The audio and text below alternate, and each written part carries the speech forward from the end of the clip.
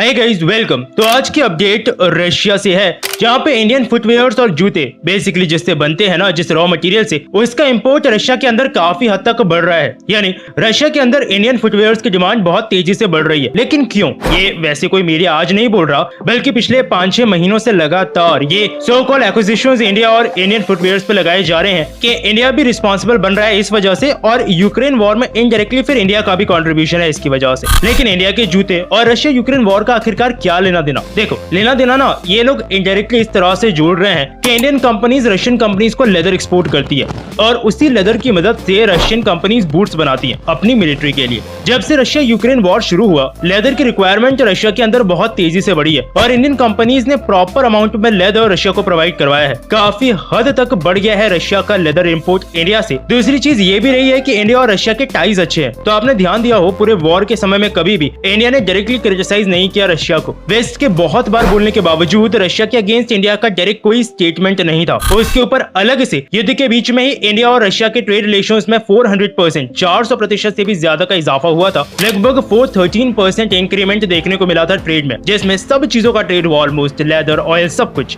इसमें एक काफी बड़ा ट्रेड इम्बेलेंस जरूर खड़ा हुआ। मैंने एक वीडियो बनाया भी था इस पे, जहाँ पे मैंने बताया कि इंडिया ने इंपोर्ट बहुत कुछ किया, लेकिन हाँ, टेक्सटाइल, फुटवेयर, मेडिकल सप्लाईज जैसी बहुत सी चीजों में इंडिया ने रशिया के मार्केट को काफी हद तक कैप्चर भी किया। लेकिन जितनी तेजी से लेदर या फुटवेयर के रॉ मटेरियल्स ने मार्केट को पकड़ा है, उतनी तेजी से किसी और चीज ने नहीं। 8 लाख पाउंड से भी ज्यादा का रॉ मटेरियल फुटवेयर सप्लाई करना शुरू कर दिया है इंडिया ने रशिया को। और रशिया में इसकी जरूरत कितनी बढ़ गई है, आप इसी बात से अंदाजा लगा लो कि पहले लगभग 10% के आसपास एक्सपोर्ट टोटल रशिया को जाता था। ये नंबर अब बढ़ के 70% को क्रॉस कर चुका है। इंडिया दुनिया के 5 सबसे ज्यादा लेदर प्रोड्यूसिंग कंट्रीज में से है, लेकिन यहाँ पे नंबर 1 पर है चाइना, और चाइना ने भी इक्वली मदद की है रशिया की। रशिया और चाइना तो बॉर्डर भी शेयर करते हैं, जिस वजह से चाइना का भी अच्छा खासा डोमिनेंस रशियन मार्केट में हो गया है। लेकिन इंडिया का जो फुटवेयर एक्सपोर्ट है रशिया को, उसमें भी खुद के कुछ नुकसान है। जैसे रशिया पे काफी प्रतिबंध है, तो कई बार इंडियन मैन्युफैक्चरर जो एक्सपोर्ट कर रहे हैं सामान, उनको पेमेंट लेने में दिक्कत होती है। इंडिया टू रशिया डायरेक्ट कोई रूट नहीं है, अलग कंट्रीज लाइक ईरान से होता हुआ जाना पड़ता है, तो वो भी चांसेस रहते हैं कि कंसाइनमेंट ही रोक दिया जाए।